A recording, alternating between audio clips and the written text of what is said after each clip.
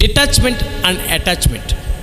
Detachment అంటే ఏమిటి అని ఆలోచన చేస్తే, తెలుగులో డిటాచ్మెంట్ అంటే విడిపోవుట, లేదా వేరు చేయుట, లేదా దూరం అవుట, ఇటువంటి అర్థాలు వస్తూ ఉంటాయి. అటాచ్మెంట్ అంటే కలిసిపోవుట, కలిసి ఉండుట, అతుక్కునుట, ఇటువంటి అర్థాలు వస్తాయి. మనము దేవుని యొక్క సన్నిధిలో విశ్వాస జీవితంలో ఒక మంచి క్రైస్తవుడిగా మనం ఎదగాలి అనుకుంటే, మంచి విశ్వాసిగా మనం ఉండాలి అనుకుంటే, కొన్ని విషయాలు మనం అటాచ్మెంట్ కలిగి ఉండాలి, కొన్ని విషయాల్లో డిటాచ్మెంట్ కలిగి ఉండాలి. అనగా కొన్ని విషయాల్ని విడిచిపెట్టాలి, కొన్ని విషయాల్ని హత్తుకోవాలి. దేవుని యొక్క వాక్యంలో మనం చూస్తున్నప్పుడు పరిశుద్ధ గ్రంథంలో మొదటి రాజుల గ్రంథము 19వ అధ్యాయము 20వ వచనం చూస్తున్నప్పుడు ఈ విధంగా రాయబడింది. అతడు ఎడ్లను విడిచి ఏలియా వెంట పరుగెత్తి, నేను పోయి నా తల్లిదండ్రులను ముద్దు పెట్టుకొని తిరిగి వచ్చి నిన్ను వెంబడించదనని చెప్పి అతనిని సెలవడుగగా, అతడు పోయి రమ్ము, నా వలన నీకు నిర్బంధము లేదని చెప్పెను. ఇక్కడ మనం దేవుని యొక్క వాక్యంలో చూస్తున్నప్పుడు ఏలియా గొప్ప అద్భుతమైన పరిచర్య చేసినటువంటి గొప్ప ప్రవక్త. అతను వర్షము కురవకూడదని ప్రార్థన చేయగా వర్షం ఆగిపోయింది. అంత అద్భుతమైన పరిచర్య చేసినటువంటి ప్రవక్త ఏలియా. ఈయన నా తర్వాత ఈ పరిచర్య ఎవరు చేయాలి అని ఆలోచన చేస్తూ ఉండగా దేవుడు ఒక వ్యక్తిని చూపించాడు. ఆ వ్యక్తి ఎలీషా. అతడు అప్పటికే వ్యవసాయం చేస్తూ ఉన్నాడు. అనగా పని చేస్తూ ఇతడు మంచి బాధ్యత కలిగినటువంటి వ్యవసాయదారుడిగా ఉంటూ ఉన్నాడు. దేవుడు అతను చూపించినప్పుడు ఏలియా అతని దగ్గరికి వెళ్ళి, నువ్వు నా తర్వాత ఈ పరిచయం చేయడానికి సిద్ధముగా ఉన్నావా, నాతో కూడా వస్తావా అని అడిగినప్పుడు ఆయన, ఇక్కడ దేవుని యొక్క వాక్యం చెప్తుంది, తన ఎడ్లను విడిచి ఏలియా వెంట వచ్చినట్లుగా మనం చూస్తున్నాం. ఏలియా వెంట పరిగెత్తుకుని వచ్చినట్టుగా మనం చూస్తున్నాం. Here the Elijah was detached the agriculture and he attached with the profit of ఏలియా. ఇక్కడ మనం చూస్తున్నప్పుడు ఆయన వ్యవసాయం విడిచిపెట్టి, అతడు ఎడ్లను విడిచిపెట్టి ఏలియా వెంట వెళ్ళినట్టుగా మనం చూస్తున్నాం. ఇప్పుడు ఈయన సేవ చేయాలి అనుకున్నట్లయితే, మంచి పరిచర్య చేయాలి అనుకున్నట్లయితే ఈయన ఎడ్లను విడిచిపెట్టవలసిన అవసరం ఉంది. ఈ యొక్క విషయంలో అతను డిటాచ్మెంట్ చేయవలసిన అవసరం ఉంది. కాబట్టి దేవుని యొక్క పరిచర్య కొరకు, దేవుడు పిలిచిన పిలుపు కొరకు ఈయన ఎడ్లను వ్యవసాయమును విడిచిపెట్టి ప్రవక్త అయిన ఏలియాని వెంబడించినట్టుగా మనం చూస్తూ ఉన్నాం. దేవుని యొక్క పరిచర్య చేస్తున్నప్పుడు దేవుడు ఒకవేళ మనల్ని కూడా కొన్ని విడిచిపెట్టమని దేవుడు తెలియజేస్తే అవి విడిచిపెట్టవలసిన అవసరం ఉన్నదని ప్రభు పేరట తెలియజేస్తూ ఉన్నాను. దేవుడు నిన్ను పిలిచిన పిలుపు ఏ విధంగా ఉందో, దేవుడు కొంతమందికి కొన్ని రకాల పిలుపులు బైబిల్ గ్రంథం ఉంది కదా, కొందరు అపోస్తులుగాను, కొందరు ప్రవక్తగాను, కొందరు ఉపదేశకులుగాను, ఈ విధంగా దేవుడు ఎవరికి ఎటువంటి పిలుపు ఇస్తాడో, దేవుడు ఎవరిని ఏ విధంగా వాడుకుంటాడో మనకు తెలియదు. కాబట్టి దేవుడు నీకు చెప్పినప్పుడు, ఒకవేళ దేవుని సేవకి ఏదైనా ఆటంకం ఉంటే దేవుడు దాన్ని బయలుపరుస్తున్నప్పుడు దాన్ని మనం విడిచిపెట్టవలసిన అవసరం ఉందని ప్రభు పేడ తెలియజేస్తున్నాం. రెండవదిగా మనం చూస్తున్నప్పుడు ఆదికాండం గ్రంథం 12వ అధ్యాయము 1వ వచనం నుంచి చూస్తున్నప్పుడు దేవుని యొక్క వాక్యం విధంగా రాయబడింది. యెహోవా, నీవు లేచి నీ దేశము నుండి, నీ బంధువుల యొద్ద నుండి, నీ తండ్రి ఇంటి నుండి బయలుదేరి నేను నీకు చూపించు దేశమునకు వెళ్ళుము. నిన్ను గొప్ప జనముగా చేసి నిన్ను ఆశీర్వదించి నీ నామమును గొప్ప చేయుదును. నీవు ఆశీర్వాదముగా నుందువు. ఇక్కడ మన పితరుడైన అబ్రహాము దేవుని కొరకు అన్వేషణ చేస్తూ ఉన్నాడు. దేవుడు కనపడాలా, దేవుడు మాట్లాడాలి, నిజమైన దేవుడు అంటే నాతో మాట్లాడాలని ఎదురు చూస్తూ ఉన్నాడు. అటువంటి సమయంలో దేవుడు అతనితో మాట్లాడుతున్నాడు. అబ్రహామా, నువ్వు ఎదురు చూస్తున్నా, అన్వేషణ చేస్తున్నా సర్వశక్తి గల దేవుడని నేను నిన్ను ఆశీర్వదించబోతూ ఉన్నాను, నేను దీవించబోతూ ఉన్నాను. నేను నిన్ను దీవించాలి, ఆశీర్వదించాలంటే నేను నీకు చూపించబోయే దేశానికి వెళ్ళిపో. ఆ ప్రాంతం విడిచిపెట్టి ఆ ప్రాంతానికి వెళ్ళిపో. నీ బంధువులను, నీ వ్యాపారమును, నీ యొక్క స్నేహితులను, నీ యొక్క కుటుంబం విడిచిపెట్టి, సమస్తం విడిచిపెట్టి నేను చూపించబోయే దేశానికి వెళ్ళిపో, అక్కడ నిన్ను ఆశీర్వదిస్తాను. ఇప్పుడు అబ్రహాము ఆశీర్వదించబడాలంటే, దీవించబడాలంటే, దేవుని యొక్క మాటకు లోబడాలంటే సమస్తమును విడిచిపెట్టవలసిన అవసరం ఉంది. అబ్రహాము దేవుని యొక్క మాట నమ్మును, అది అతనికి నీతిగా ఎంచబడిన దేవుని యొక్క వాక్యం చెప్తూ, దేవుని యొక్క మాటకు లోబడి అబ్రహాం సమస్తం విడిచిపెట్టి, దేవుడు ఏదైతే విడిచిపెట్టమన్నాడో అన్నీ కూడా విడిచిపెట్టి దేవుడు చూపించినటువంటి ప్రాంతానికి వెళ్ళిపోయాడు. సమస్తమును విడిచిపెట్టి వెళ్ళిపోయాడు. దేవుడు అతను విడిచిపెట్టాడు. దేవుడు అతను బహుగా ఆశీర్వదించాడు. Here the Abraham was detached his whole family and own business and he attached with God. దేవునితో అతను అనుసంధానం కలిగి ఉండుట కొరకు సమస్తమును కూడా విడిచిపెట్టినట్టుగా మనం చూస్తున్నాం. నీవు కూడా దీవించబడాలి, ఆశీర్వదించబడాలి అని ఆశపడినట్లయితే దేవుడు నిన్ను ఏదైతే విడిచిపెట్టమన్నాడో, దేవునికి నీకు ఏదైతే అడ్డుగా ఉందో దాన్ని విడిచిపెట్టి దేవుని వెంబడించాలని ప్రభు పేరట తెలియజేస్తున్నాం. మూడవదిగా మనం చూస్తున్నప్పుడు హెబ్రీ రాసిన పత్రిక 11వ అధ్యాయము 24వ వచనంలో ఈ విధంగా రాయబడింది. మోషే పెద్దవాడైనప్పుడు విశ్వాసమును బట్టి ఐగుప్తు ధనము కంటే క్రీస్తు విషయమైన నింద గొప్ప భాగ్యమని ఎంచుకొని అల్పకాలము పాపభోగము అనుభవించుట కంటే దేవుని ప్రజలతో శ్రమను అనుభవించుట మేలని యోచించి ఫరో కుమార్తె యొక్క కుమారుడని అనిపించుకొనుటకు ఒప్పుకొనలేదు. ఏలయనగా అతడు ప్రతిఫలముగా కలగబోవు బహుమానమందు దృష్టి ఉంచెను. ఇక్కడ మోషే ఆయన పుట్టిన తర్వాత రాజుగారి ఆస్థానంలో ఐగుప్తి సింహాసనం ఎదుట ఐగుప్తి సంస్థానంలో రాజుగారి ఆస్థానంలో 40 సంవత్సరాలు రాజుగారి కుమారుడిగా పెరిగాడు. పెరిగిన తర్వాత ఈయన సకల విద్యలు నేర్చుకున్న తర్వాత కాబోయే రాజు ఇతడే.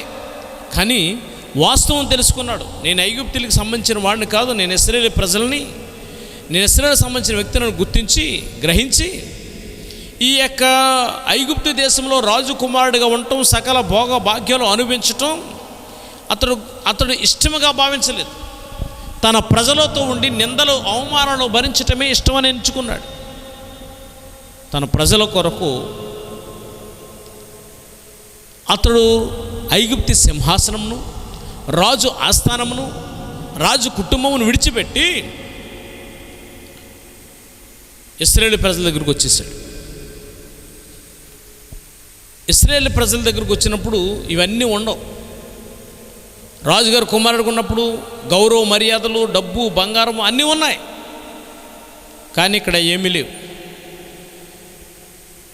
అతడు మిథ్యాను అరణ్యంలో 40 సంవత్సరములు గొర్రెలు కాపులా కాసే క్రమములో ఎండకి ఎండాడు, వర్షానికి తడిచాడు, చలికి వణికాడు, గొప్ప శ్రమలు అనిపించాడు. అయినప్పటికీ ఇది అతని ఇష్టముగా భావించాడు. ఇది దేవుని యొక్క ప్రణాళిక. ఇతను ఈ విధంగా అది విడిచిపెట్టి రావటం దేవుని యొక్క చిత్తం. కొన్నిసార్లు మన జీవితంలో కూడా జరిగిన కొన్ని సంఘటనల విషయంలో మనం అనుకుంటాం, ఎందుకు నాకు ఇలా జరిగింది అనుకుంటూ ఉంటాం. ఒక్కొక్కసారి ఉద్యోగం పోయినప్పుడు, ఒక్కొక్కసారి కొన్ని శోధనలు ఎదురైనప్పుడు మనం కూడా ఈ విధంగా అనుకుంటూ ఉంటాం. నేను కూడా ఉద్యోగం చేస్తున్నప్పుడు ఒకసారి నాకు ఉద్యోగం పోయింది. అప్పుడు నేను కూడా బాధపడ్డాను. కానీ దాని తర్వాత దేవుని యొక్క ప్రణాళిక, దేవుని చిత్తం నేను అర్థం చేసుకున్నాను. దేవుని యొక్క పిలుపుకి నేను లోబడ్డాను. ఇక్కడ మోషే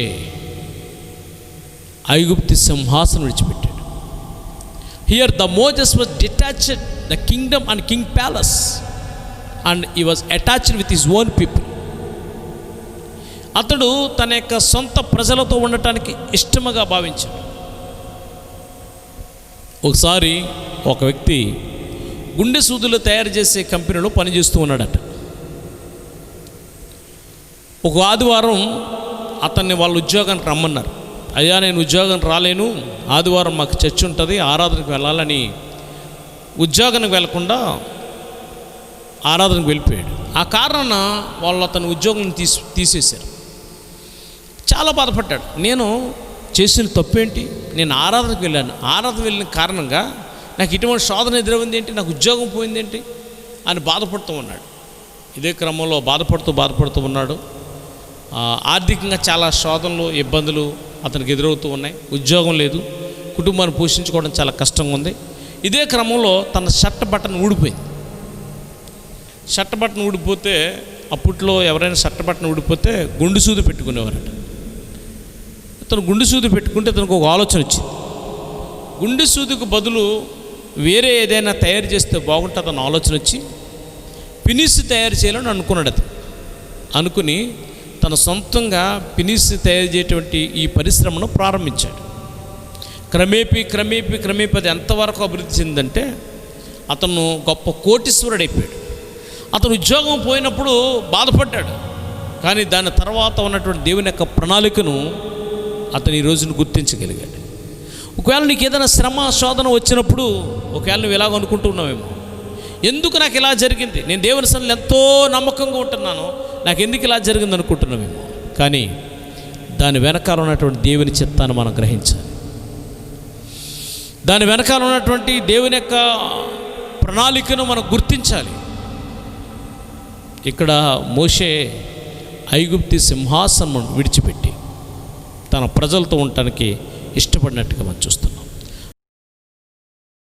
4వదిగా మనం చూస్తున్నప్పుడు రూతు గ్రంథము 1వ అధ్యాయము 16-17 వచనం చూస్తే ఈ విధంగా రాయబడింది.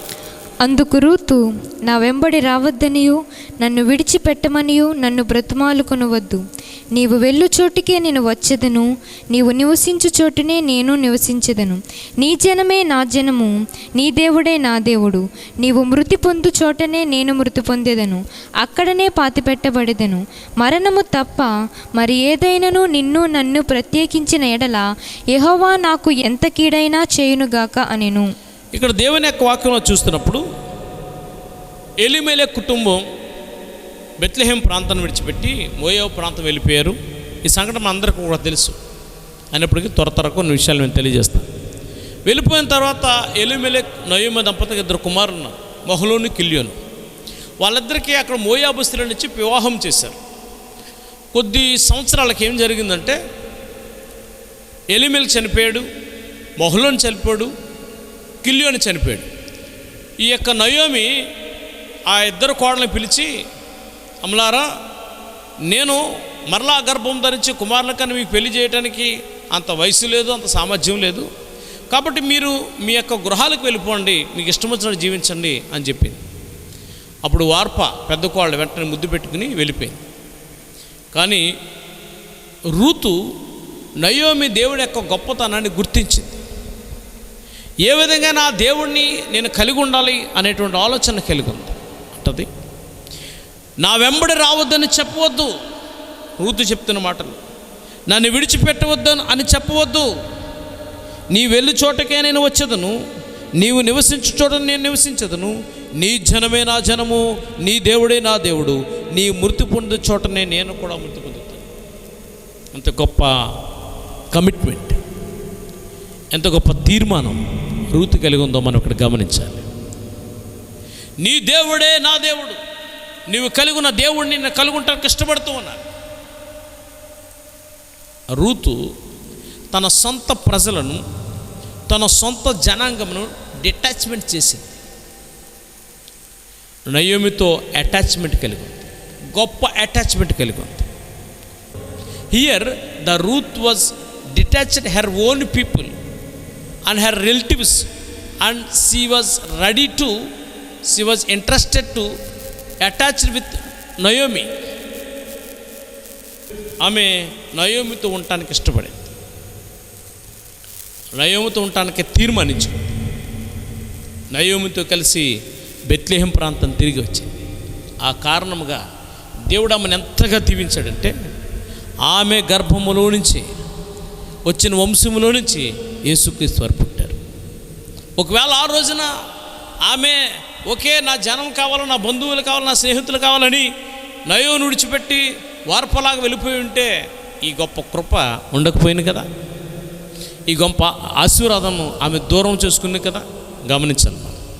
కాబట్టి దేవుని యొక్క వాక్యంలో మనం చూస్తున్నప్పుడు ఇక్కడ రూతు తన సొంత ప్రజలను, సొంత దేశమును విడిచిపెట్టి, దేశము కాని దేశమైనప్పటికీ, ప్రజలు కాని ప్రజలైనప్పటికీ నయోమితో ఉండటానికి ఆమె ఇష్టపడింది. కొన్నిసార్లు మనం మన బంధువులకు దూరం అవ్వాల్సిన పరిస్థితులు ఏర్పడుతూ ఉంటాయి, మన స్నేహితులకు దూరం అవ్వాల్సిన పరిస్థితులు ఏర్పడుతూ ఉంటాయి. అటువంటి పరిస్థితుల్లో మనం ఇష్టముగా దాన్ని భావించి దేవుని కొరకు నువ్వు త్యాగం చేయగలిగినట్లయితే దేవుడు తప్పనిసరిగా నేను దీవిస్తాడు, ఆశీర్వదిస్తాడు.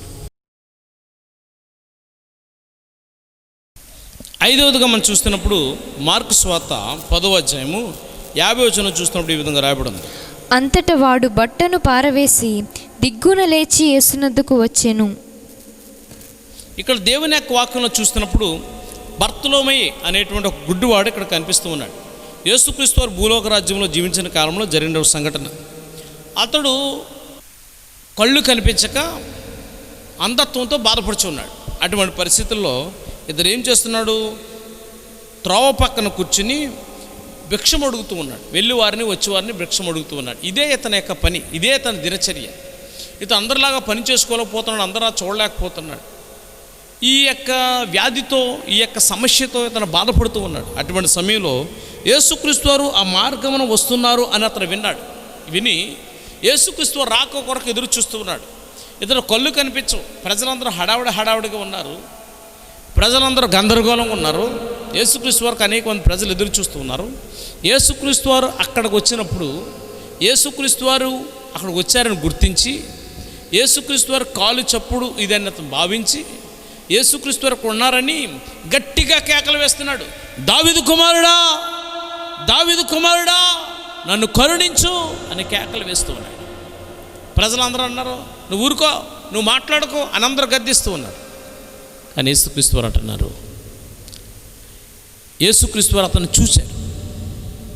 యేసుక్రీస్తు వారు అతను చూసి అతను పిలిచి, యేసుక్రీస్తు అతను పిలవండి అని చెప్పారు. యేసుక్రీస్తు వారు చెప్తున్నారు, ధైర్యము తెచ్చుకునుము.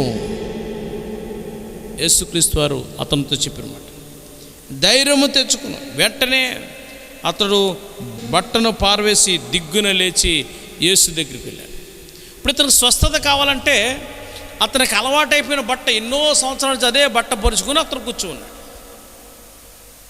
అయ్యో మరలా నాకు బట్ట అవసరం అవుతుంది అనుకోలేదు. నేను యేసుక్రీస్తు వారి దగ్గరికి వెళ్తున్నాను, దీంతో నాకు పని లేదు అనేటువంటి ఉద్దేశంతో, యేసుక్రీస్తు వారి దగ్గరికి వెళ్తున్నాను, ఆయన స్వస్థపరుస్తాడు అనేటువంటి ఉద్దేశంతో యేసుప్రభు అంటున్నారు, నీవు వెళ్ళుము, నీ విశ్వాసము నిన్ను స్వస్థపరిచదు.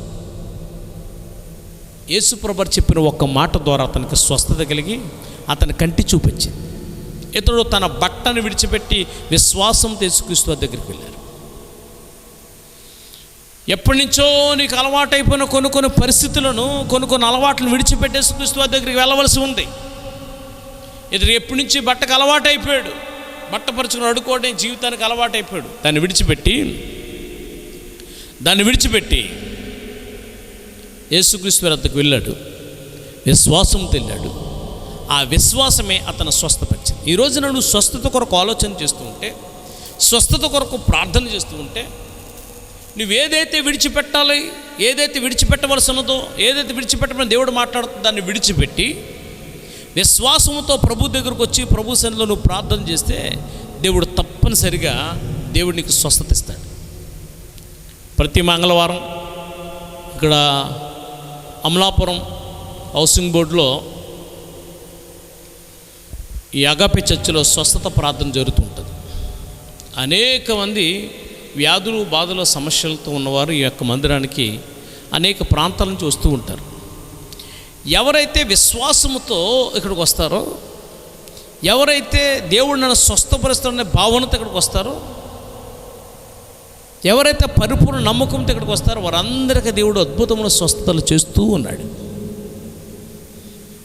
విశ్వాసం లేని వారి పరిస్థితి గురించి దేవుని యొక్క వాక్యం చెప్తుంది.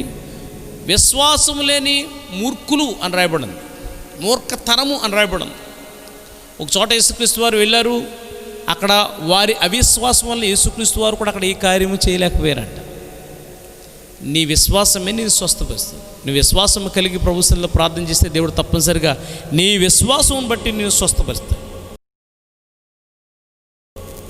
తర్వాత ఆరోగ్యంగా మనం చూస్తున్నప్పుడు యోహాను సువార్త 4వ అధ్యాయము 28వ వచనం చూస్తున్నప్పుడు ఈ విధంగా రాయబడింది.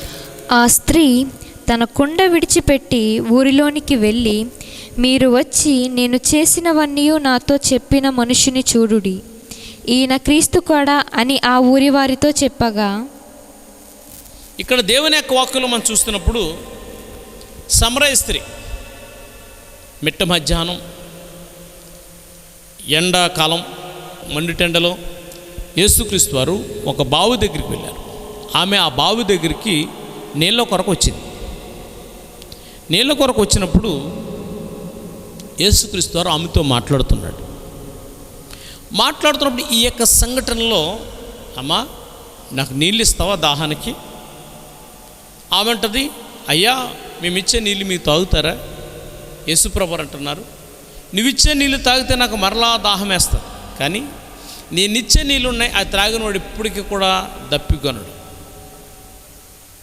నేనిచ్చే నీళ్ళు తాగితే కడుపులోండి జీవజలపు ఓటలు బయలుదేరి నీవే అనేక మందికి దాహం తీరుస్తావు.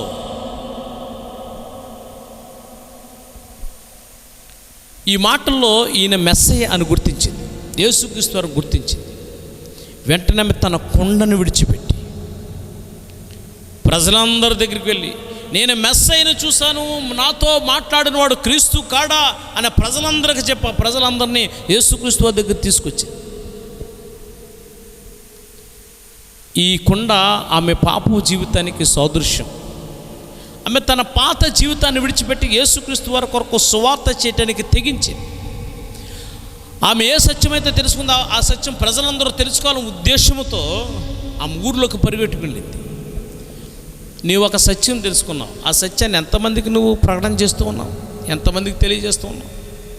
సాధారణంగా స్త్రీ లేని వారు ఏదైనా షాపులో ఒక చీర తక్కువ రేటుకు ఉందనుకోండి, చీరలో ఆఫర్ పెట్టారనుకో, వెంటనే 10 మందికి ఫోన్ చేసి చెప్తూ ఉంటారు. నువ్వు తెలుసుకున్న దేవుడి గురించి, నువ్వు తెలుసుకున్న అద్భుతమైన సత్యం గురించి, పరలోక రాజ్యానికి వెళ్ళే మార్గం గురించి నువ్వు ఎంతమందికి తెలియజేయగలుగుతున్నావు? సువార్తను ప్రకటించిన యెడల నాకు శ్రమ అంటున్నాడు భక్తుడు.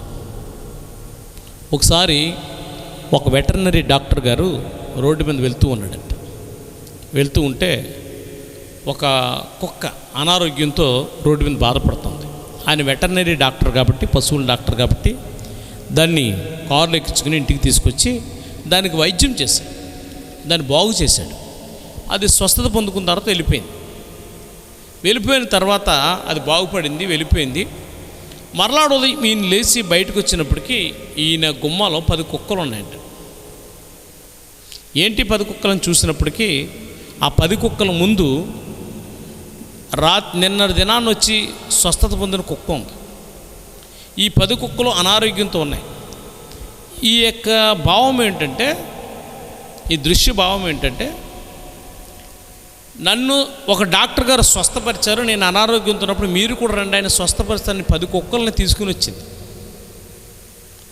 వచ్చినప్పుడు ఈ డాక్టర్ చాలా సంతోషపడ్డారు. కుక్కకి ఎంత విశ్వాసం, నేను స్వస్థత పొందాను, నాకులాగా ఈ 10 కుక్కలు కూడా స్వస్థత పొందాలని తీసుకుని వచ్చింది అని ఆయన 10 కుక్కలను కూడా బాగు చేశాడు. ఎంత గొప్ప ఆలోచన కుక్కకి! చూడండి, మనం కుక్కల కంటే శ్రేష్టమైన వారము. మనము తెలుసుకున్న సత్యాన్ని కొంతమందికి తెలియచేయాలి. ప్రకటించువారు లేకుండా వారు ఎట్లు విందురు అని వాక్యం చెప్తూ ఉంది. నువ్వే సత్యమైతే తెలుసుకున్నావో, నువ్వేదైతే కన్నావో విన్నావో, నీకు ఏదైతే తెలుసో దాని గురించి మనం చెప్పకపోతే మనకు శ్రమ. కాబట్టి మనం ప్రకటించవలసిన వారమేనాం. సమరయ స్త్రీ కొండను విడిచిపెట్టింది. She was detached her pot and he was attached in his ministry. ఆయన యొక్క పరిచర్యలో నిమగ్నమైపోయింది కొండను విడిచిపెట్టి. నువ్వు దేవుని కొరకు ఏదైనా విడిచిపెట్టగలుగుతున్నావా? దేవుడు ఏదైతే విడిచిపెట్టమని దేవుడు నీతో మాట్లాడాడో అవి విడిచిపెట్టగలుగుతున్నావా? విడిచిపెట్టకపోతే నష్టం కలుగుతుందేమో, విడిచిపెట్టకపోతే ఆశీర్వాదం రాదేమో. ఒకసారి గుర్తించి అది విడిచిపెట్టమని ప్రభు పేరట తెలియజేస్తూ ఉన్నా. 7వదిగా మత్తయి సువార్త 4వ అధ్యాయము 19-20 వచనాలు ధ్యానం చేసుకుందాం. ఆయన, నా వెంబడి రండి, నేను మిమ్మును మనుషులను పట్టురు జాలరుగా చేతునని వారితో చెప్పెను. వెంటనే వారు తమ వలలు విడిచిపెట్టి ఆయనను వెంబడించిరి. ఇక్కడ దేవుని యొక్క వాక్యంలో మనం చూస్తున్నప్పుడు యేసుక్రీస్తు వారి భూలోక రాజ్యంలో తన సేవా పరిచర్య ప్రారంభించే క్రమంలో ఆయన ఉపవాసం 40 రోజులు ఉపవాసం ఉన్న తర్వాత ఆయన తన శిష్యుల్ని ఏర్పాటు చేసుకునే క్రమంలో యేసుక్రీస్తు వారు గలిలయ సముద్రం దగ్గరికి వెళ్ళి పేతురు మరియు తన సహోదరుడు ఆంద్రేయ వారు అప్పటికి చేపలు పట్టుకుంటూ ఉన్నారు, వారు వలలు వేసుకుంటూ ఉన్నారు. ఈ పనిలో వాళ్ళు ఉన్నారు. వాళ్ళ దగ్గరికి వెళ్ళి యేసుప్రభువారు మీరు నా వెంబడి రండి అని యేసుప్రభువారు వారితో చెప్పారు. వెంటనే వాళ్ళు యేసుక్రీస్తు వారి యొక్క మాటకు లోబడి యేసుక్రీస్తు వారి మాటను అంగీకరించి వాళ్ళ యొక్క వలలు వ్యాపారములు విడిచిపెట్టి యేసుక్రీస్తు వారిని వెంబడించినట్లుగా మనం చూస్తూ ఉన్నాం. యేసుక్రీస్తు వారు కూడా వెళ్ళినట్లుగా మనం చూస్తున్నాం.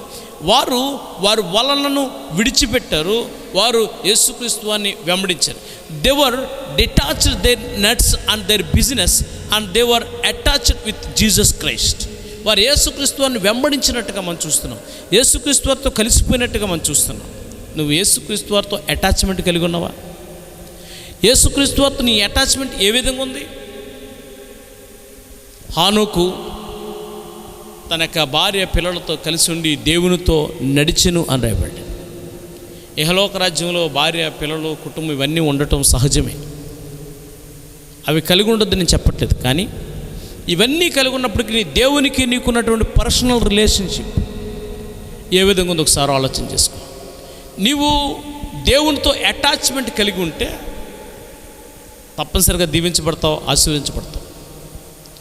ఒకవేళ నువ్వు దీవించబట్టలేదంటే గల కారణం ఒకవేళ అటాచ్మెంట్ సరిగ్గా లేదేమో. నీ అటాచ్మెంట్ ఎలా ఉందో దేవునితో ఒకసారి ఆలోచన చేసుకో. ఒకవేళ లేకపోతే ఆ అటాచ్మెంట్ పెంచుకోనాకే ప్రయత్నం చేయి. ఆ అటాచ్మెంట్ కలిగి ఉంటే దేవుడు తప్పనిసరిగా నిన్ను దీవిస్తాడు, దేవుడు తప్పనిసరిగా నిన్ను ఆశీర్వదిస్తాడు. కాబట్టి దేవునితో అటాచ్మెంట్ కలిగి ఉండటానికి ప్రయత్నం చేయలేని ప్రభు పేరట తెలియజేస్తూ ఉన్నాను. ఒకసారి మనం ఆలోచించుకుందాం, దేవునితో నీ అటాచ్మెంట్ ఎలా ఉంది? ఒకప్పుడు కలిగి ఉన్నటువంటి ప్రార్థన, ఆరాధన, ఈ అనుభవాలు ఇప్పుడు నీలో ఉన్నాయా? లేకపోతే బలహీన పడిపోయేమో ఒకసారి ఆలోచించి. అటాచ్మెంట్ కోల్పోయేమో ఒకసారి ఆలోచన చేసుకో. ఒకవేళ కోల్పోతే దేవుడు మరలా రమ్మని పిలుస్తూ ఉన్నాడు. మనం కడవరి గడిలో ఉన్నాం, అపాయకరమైన రోజుల్లో ఉన్నాం, అంచె దినాల్లో ఉన్నాం. ఏ క్షణాన్ని ఏం జరుగుతుందో తెలియని పరిస్థితిలో మనం ఉన్నాం. ఎక్కడ చూసినా భయంకరమైన వార్తలు మనకు వినిపిస్తూ ఉన్నాయి. భయంకరమైన పరిస్థితుల్లో మనం ఉన్నాం. ఈ యొక్క సమయంలో, ఈ పరిస్థితుల్లో దేవునితో అటాచ్మెంట్ కలిగి ఉండటానికి మనం సిద్ధపడదాం. దేవునితో అటాచ్మెంట్ కలిగి ఉండటానికి మనం ఇష్టపడదాం. అటువంటి కృప భాగ్యము దేవుడు మా అందరికీ అనుగ్రహింప చేయనుగాక. ఆమేన్. ప్రార్థన చేసుకుందాం. మమ్మల్ని మిక్కిలిగా ప్రేమించిన మా ప్రియ పరలోకపు తండ్రి, నీ ఘనమైన శ్రేష్టమైన పవిత్రమైన నామమునకు వేలాది అందరూ స్తుతులు ప్రభా. ఈ యొక్క ప్రత్యేకమైన సమయంలో నీ వాక్యము నేర్చుకుంటూ నువ్వు ఇచ్చిన గొప్ప భాగ్యం బట్టి నీకు అందరూ స్తోత్రాలు ప్రభా. నిజమే ప్రభా, ఈ యొక్క లోకములో లోక విషయాల్లో మేము నిమగ్నం అయిపోయి నీతో అటాచ్మెంట్ కోల్పోతూ ఉన్నాం ప్రభా. నీతో సహవాసం కోల్పోతూ ఉన్నాం ప్రభా. ఆ సహవాసమునకు దూరం అయిపోతూ ఉన్నాం ప్రభా. నీ వాక్యం ద్వారా మేము సరిదిద్దుకుని నీతో అటాచ్మెంట్ కలిగి ఉంటకు, సహవాసము కలిగి ఉంటకు, అన్యోన్య సహవాసము గలవారమే ముందు కొనసాగటకు సహాయం చేయమని వేడుకుంటున్నాం. విత్తబడిన వాక్యం అందరి హృదయంలో ఫలించి వాక్య ప్రకారం జీవించడానికి సహాయం చేయమని వేడుకుంటున్నాం. వాక్య విత్తనమే అరుదంతలుగా నూరుదంతలుగా ఫలించే భాగ్యము దయచేయమని ప్రార్థన చేస్తున్నాం. నాయన మాంసపు నేలను మెత్త నేలను పడిన విత్తనంలో వాక్యం ఫలించుటకు కృప చూపించమని వేడుకుంటున్నాం ప్రభు. ఈ వాక్యం వింటున్నటువంటి సహోదరులు ఎవరైనా మార్పు రక్షణ లేకుంటే వారికి మార్పు రక్షణ అనుగ్రహింప చేయమని ప్రార్థన చేస్తున్నాం ప్రభు.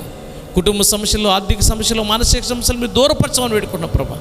ఎవరైతే అనారోగ్యంతో బాధపడుతున్నారో యేసు నామములో వారి స్వస్థపరచమని వేడుకుంటున్నాం ప్రభు. మీరు ముట్టండి, స్వస్థపరచ, సంపూర్ణ ఆరోగ్యం తెచ్చి ఈ కడవరి గడియల్లో మా విశ్వాసాన్ని మేము కాపాడుకుని ముందుకు సాగిపోయేట ఒక కృప చూపించమని, సహాయం అనుగ్రహింపచేయమని మా ప్రభువును రక్షకుడైన యేసుక్రీస్తు వారి యొక్క శ్రేష్టమైన నామమున ప్రార్థన చేసి అడుగుచూ నాము తండ్రి. ఆమేన్. మన తండ్రి అయిన దేవుని ప్రేమ, కుమారుడైన యేసుక్రీస్తు వారి యొక్క కృప, పరిశుద్ధాత్మక సన్నిధి సహవాసము ఇప్పుడును ఎల్లప్పుడూ మనకును లోకల పరిస్థితులకి తోడై నడిపించును గాక. ఆమేన్, ఆమేన్, ఆమేన్. అందరికీ వందనాలు. వందనాలు.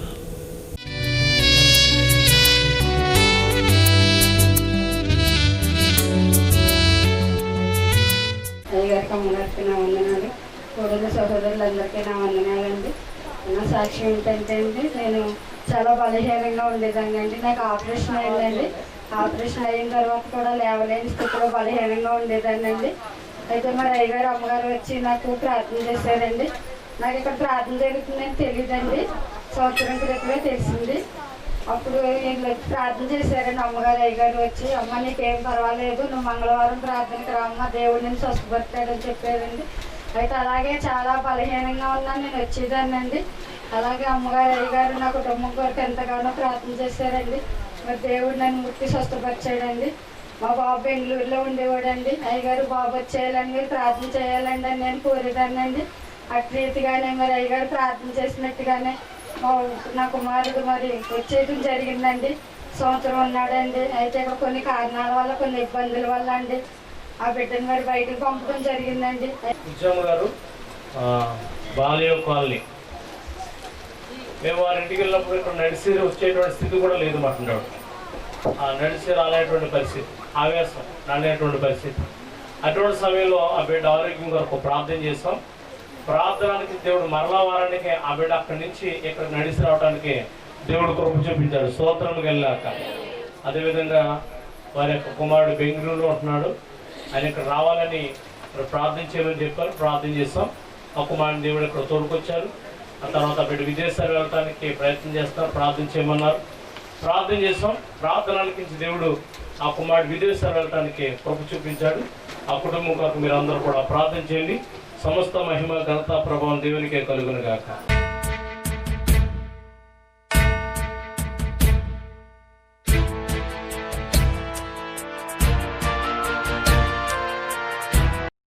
వ్యాధి బాధ సమస్యలతో బాధపడుతున్నారా?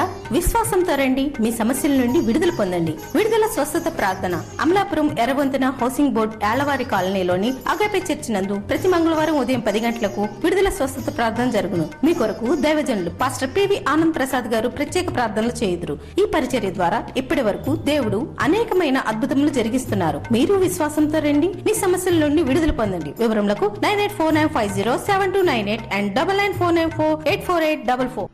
మా address pastor P V Anand Prasad, MA BEd MTH, Agape church, Ellavari colony, housing board, Erravantena, Amalapuram.